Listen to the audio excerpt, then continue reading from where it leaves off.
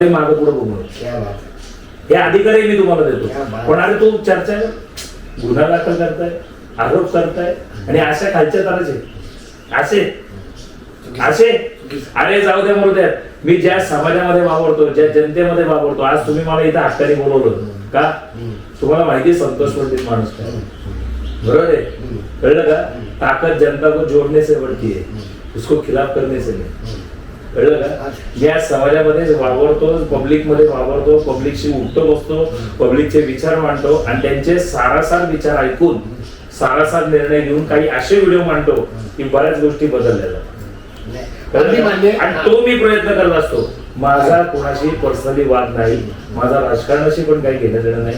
आणि काय कोणाला आरोप करू द्या, माझ्या देवाला मी आन्सरेबल आहे, माझ्या जनतेला मी आन्सरेबल आहे.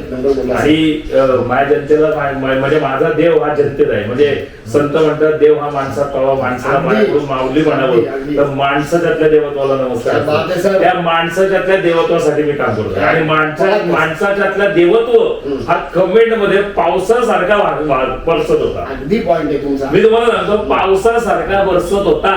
आणि याचा आनंद आहे मला. मी तुम्हाला स्पष्ट सांगतो, मी तुम्हाला सांगू का, माझा देव माझ्या सोबत आहे ना. काय कोणाला आरोप करायचे ते करू द्या.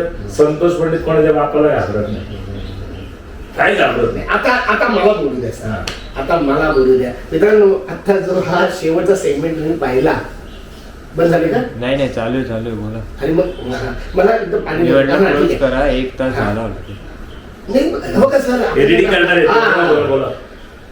तर मित्रांनो, हा शेवटचा जो सेगमेंट झाला ना, तुम्ही जर नीट ऑब्झर्व केलं ना, तर आज मला जे पाहिजे होतं ना ते की संतोष पंडितच्या आतला माणूस मला बघायचा होता, मला समोर आणायचा होता. तर त्या माणसाचे डोळे पाहणारे माझे सुद्धा थोडस म्हणजे सेंटिमेंट झालं. हा मुद्दा खूप नाजूक आहे, हा प्रत्येक पुरुषाशी संबंधित मुद्दा आहे.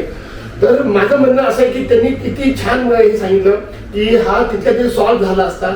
हे इगोच्या नादामध्ये ना मेन मुद्द्यापासून भरकट आहे. मित्रांनो, हा मुद्दा मी माझ्या बाईकमध्ये सांगितलेला आहे. मी असं म्हटलंय की संतोष पंडित जे करतात ते सगळं मला पटतच असं नाही. पण मी इथं सांगतो, त्या सगळ्या व्हिडिओ बघा. मी आता सांगतो तुम्हाला, त्यांचे सगळे व्हिडिओ बघा. त्यांचा मोटिव्ह एकच आहे की पुणे चांगलं व्हावं. आणि ते चांगलं होताना आता ते जसे म्हटलेत ना, तेही कळतं. कुणावरही शिक्षा व्हावी, त्याला म्हणजे गुन्हा दाखल व्हावा हा उद्देश कधीही नाही. पण त्याचबरोबर साहेबा, जर एखाद्या सच्च्या माणसावर गुन्हा दाखल झाला तर आमच्या दृष्टीनं ते नुकसान आहे. कारण का तुमचं जर कमी, पुण्याचं नुकसान होणार आहे, माझं नुकसान होणार आहे, पुण्याचं काम थांबणार आहे. माझं परत म्हणणं असं आहे की खरं असेल तर ते समोर येऊ द्या आणि खोटं असेल तर असं करू नका.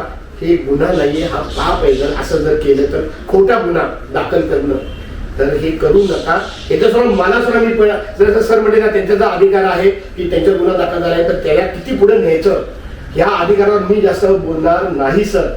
पण TV10 म्हणून आणि एका पुरुषावर झालाय, एक पुरुष म्हणून, एक पत्रकार म्हणून ह्याच्यामध्ये बऱ्याच गोष्टी चुकीच्या होत आहेत. तर त्या होऊ नये हीच आमची इच्छा आहे.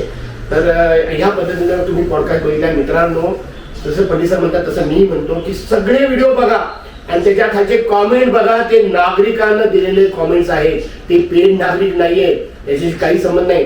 ते स्पॉन्टेनियस आलेले किंवा त्यांच्यावर तसा प्रसंग आला असेल तर असा हा विषय आहे. तर मित्रांनो, प्लीज हा पॉडकास्ट मी 2 पद्धतीने टाकणार आहे. एक तर अनकट म्हणून जो आहे त्याच्यामध्ये हा प्रदीर्घ असेल आणि याचे छोटे छोटे शॉर्ट्स होतील आणि बाईट्सही होतील आणि न्यूजही होणार आहे. न्यूज होणार आहे सर. आणि ही न्यूज फार महत्वाची आहे की याला सगळे सावध व्हायला पाहिजे, सगळे जागरूक व्हायला पाहिजे आणि चुकीच्या गोष्टी काही घडता कामा नये. आणि पुरावा दिवशी मी तुमच्यासमोर आणणार आहे. पण सर, तुम्ही एवढ्या त्रासामध्ये आणि मला माहिती की पुरुष म्हणून जर असा आरोप माझ्यावर लागला तर किती वाईट वाटतं. ज्यावेळी खराब सारखी गोष्ट सगळ्या जगात गाजते आणि त्याच्यामध्ये पहिल्यांदा बळी कुणाचा गेला असेल तर एका महिलेचा बळी गेला, उच्च पदावर असणार आहे. तर लक्षात घ्या. तर ह्यामुळं हा मुद्दा खूप सेन्सिटिव्ह होता.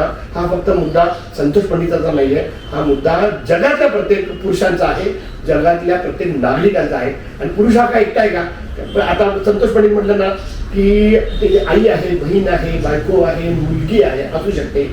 तर सगळ्या स्त्रियांच्या हे आहेच. तर आम्ही तेच म्हणतो की स्त्रियांना रिस्पेक्ट हवा, पण त्याबरोबर काही खोटं स्त्रियांनी करू नये हेच आमचं म्हणणं आहे. याबरोबरच हे पॉडकास्ट मी इथेच थांबवतो आणि तुम्ही सुद्धा याचा विचार करा, चुकीचं काही होऊ नये. धन्यवाद. धन्यवाद. थँक्यू. धन्यवाद. आणि नाही सर मला बोलू द्या.